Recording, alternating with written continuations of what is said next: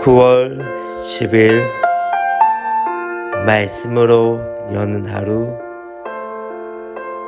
오늘 본문은 창세기 42장 18절부터 38절까지 말씀입니다. 사랑하고 축복합니다. 9월 10일 말씀 묵상을 나누고자 합니다. 수요일 어떻게 잘 보내셨습니까? 지금 저는 10시 거의 50분 정도 되어져 가고 있네요. 오전에 지금 밑에 지하 교육자실에서 이게 촬영하고 있는 상황 가운데 있습니다. 새벽과 좀 아침까지 비가 좀 왔고 지금은 조금 이제 완연한 가을 날씨가 되어진 것 같습니다. 계속적으로 코로나와 태풍 이렇게 계속적으로 반복적으로 되어진 상황 가운데 불안하고 두려웠지만 또 시간은 또 지나가게 되어지고 이제 조금씩 이제 태풍도 이제 오지 않고 있는 상황 가운데 있습니다. 그런 생각이 듭니다. 솔로몬이 했던 이야기라고 하죠. 이 또한 지나가리라. 우리 가운데 어렵고 힘들지만은 그럼에도 불구하고 이 또한 지나가고 또 다른 우리에게 주신 은혜의 시간들이 있게 되어질 것입니다. 때때로 또 힘들겠고 또 어렵겠지만 또다시 기쁨의 날이 올 것이고 기쁨의 날 뒤에 또다시 우리 가운데 고난이 오게 되어질 것입니다.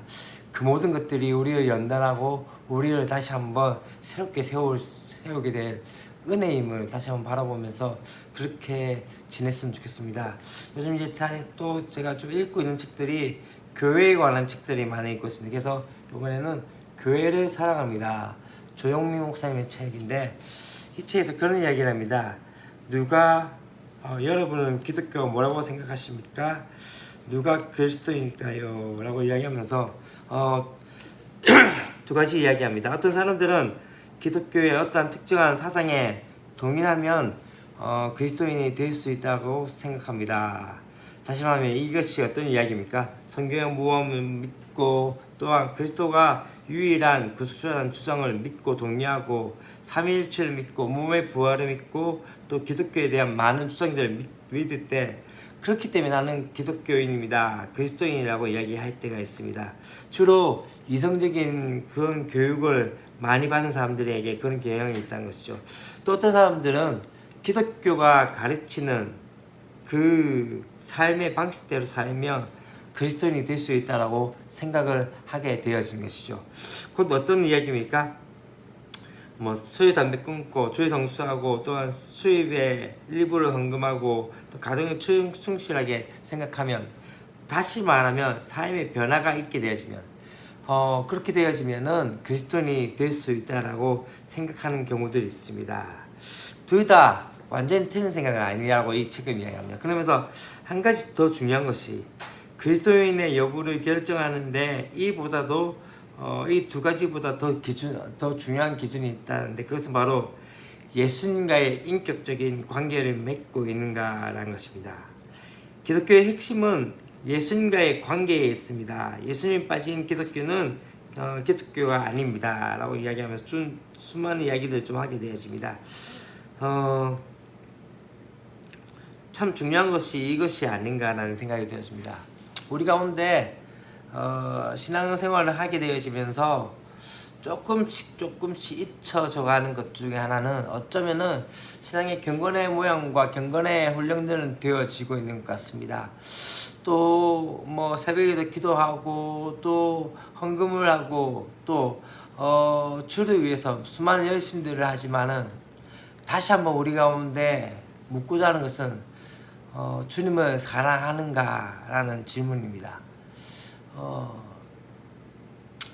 주님을 사랑하는가? 어쩌면은 이 질문이 우리 가운데 중요한 질문이 아닌가 하는 생각이 들었습니다.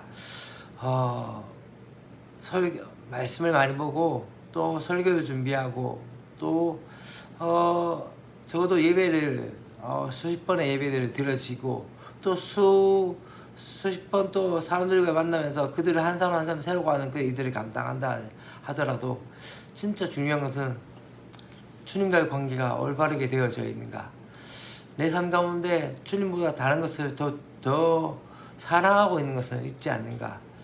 다시 한번 그것을 우리 가운데 주님은 그것을 요구하고 있지 않나라는 생각을 하고 있습니다. 주님 사랑하십니까? 진짜 주님 외에는 다른 것이 여러분 삶을 붙들고 있지 않습니까? 주님만이 여러분의 삶의 모든 것이 되십니까? 그런 질문이 다시 한번 여러분 삶 가운데 있었으면 좋겠습니다. 오늘 우리가 함께 볼 말씀은 창세기 42장 18절부터 38절까지 말씀입니다. 이제 사흘 만에 이제 요셉이 그들에게 이르되 하면서 나는 하나님을 경외하기 때문에 생명을 보존하겠다 하면서 너희 중 형제 중 한 사람만 옥에 갇히고 곡식을 가지고 굶주리며 면하라. 그리고 어떻게 합니까? 이 요셉이 막내 아우를 내게 데리러 오라. 그러면 내가 너희들의 말을 진실함을 믿고 그렇게 하겠다라고 이야기합니다. 요셉이 이제 형들에게 제안한 그 생명을 보존하는 일에 이것은 단순한 엄포가 아니었던 것을, 다시 말하면 이것은 야곱 가족의 안위를 위해서 결정된 일이었기 때문에 그 일을 준비하고 있었던 것을 볼 수 있습니다. 다시 말하면 이것은요, 그냥 단순히 형제간의 어떤 은혜나 원수를 해결하는 문제가 아니라 세상을 구원하신 하나님의 큰 그림의 일부분으로 이 요셉을 통해서 나타낸 것을 보게 되었습니다. 이로 인해서 이제 요셉 형들은 한 형제 누구로 시므온을 이 애굽에 두고 떠나야 될 상황입니다. 사실 이 일을 통해서 어떻게 생각합니까? 자신들이 형제의 피를 흘린 대가라고 생각하면서 더욱더 이 가운데 참담한 모습들을 보게 되어집니다. 우리가 지금 당하고 있는, 어쩜 우리가 하고 있는 많은 고난들 중에 중요한 사실 중에 하나는 어쩌면 이 고난이 우리가 했던 그 일들 가운데 똑같이 되어진 경우들이 있다는 것을 아셔야 합니다. 그렇기 때문에 우리의 삶 가운데 다시 한번 회개하고 주 앞에 나가는 부분들이 필요한 것을 보게 되어집니다. 사실 그렇게 이야기하고 있는 상황 가운데 이 형들의 말을 이제 듣고 있는 요셉이 어떻게 합니까? 지난 날들의 감정에 또 복박치는 그런 상황들이 되어집니다. 괴로움 가운데 어쩌면 감정이 추스릴 수 없는 상황 가운데 주체하기 어려운 상황 가운데 있었을 것입니다. 그러나 다시 감정을 추스리고 형들 앞에 오는 그 절제된 요셉의 모습을 볼 수 있게 되어집니다.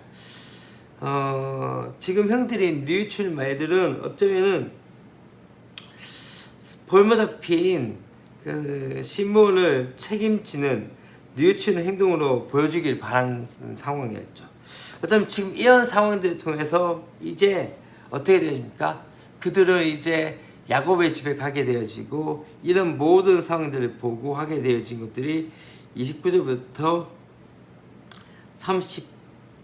35절까지의 말씀 가운데 나와 있습니다. 특별히 이 상황 가운데서 또 어떤 상황이 되어진다면요, 요셉이 각 자루에 다시 돈을 넣어주는 상황 가운데 이것으로 인해서 또다시 이 형제들이 또 두려운 상황 가운데 있습니다. 그로 인해서 가지 못하는 상황 가운데서 이제 다시 한번 야곱이 이 베냐민을 보내지 않으려고 하는 그런 상황 가운데 있게 되어질 모습들을 보게 되어집니다.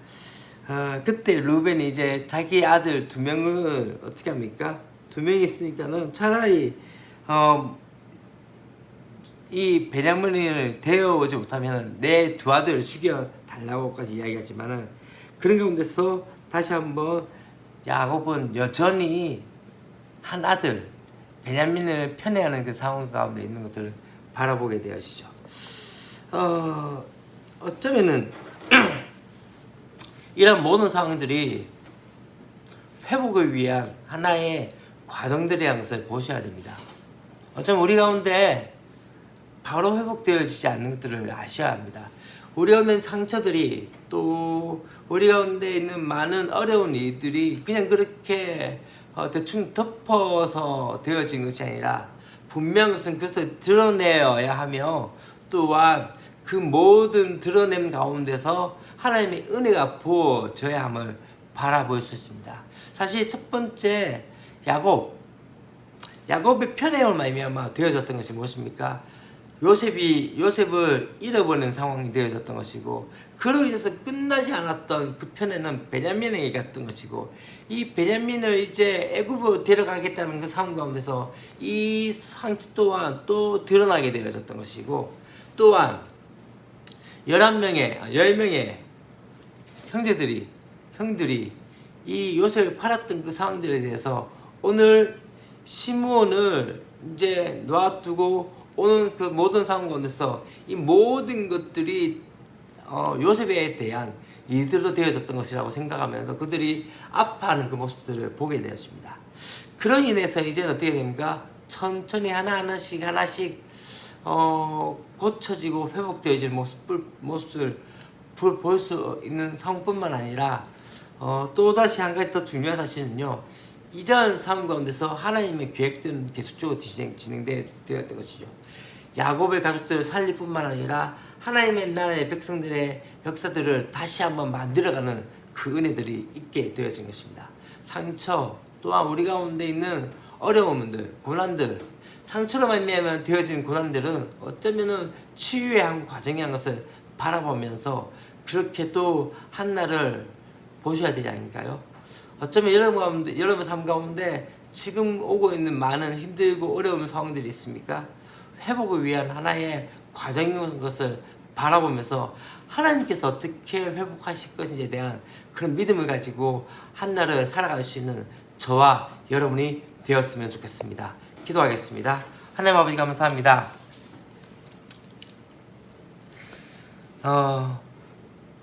요셉이 야곱의 형제들이었던 그 모든 형들에게 행해왔던 모든 그 상황 가운데서 단순히 은혜나 원수를 갚는 것이 아니라 이 가운데 하나님의 섭리 가운데서 나가고 있음을 다시 한번 깨닫게 하여 주시옵소서.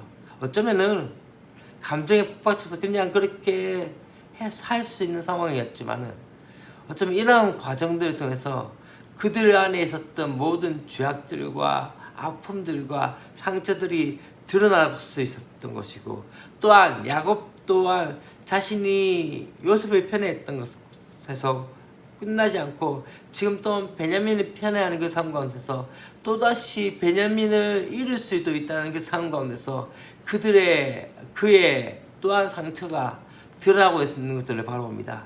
이런 회복의 과정 가운데 고난이 있었음을 깨닫게 하여 주시사, 주님, 우리 가운데 있는 상처와 어려움들이 있다면 고난 가운데 또 고치시는 하나님을 바라보며 나갈 수 있는 은혜가 있을 수 있도록 도우시고 함께 하여 주시옵소서. 주 예수 그리스도의 이름으로 기도합니다.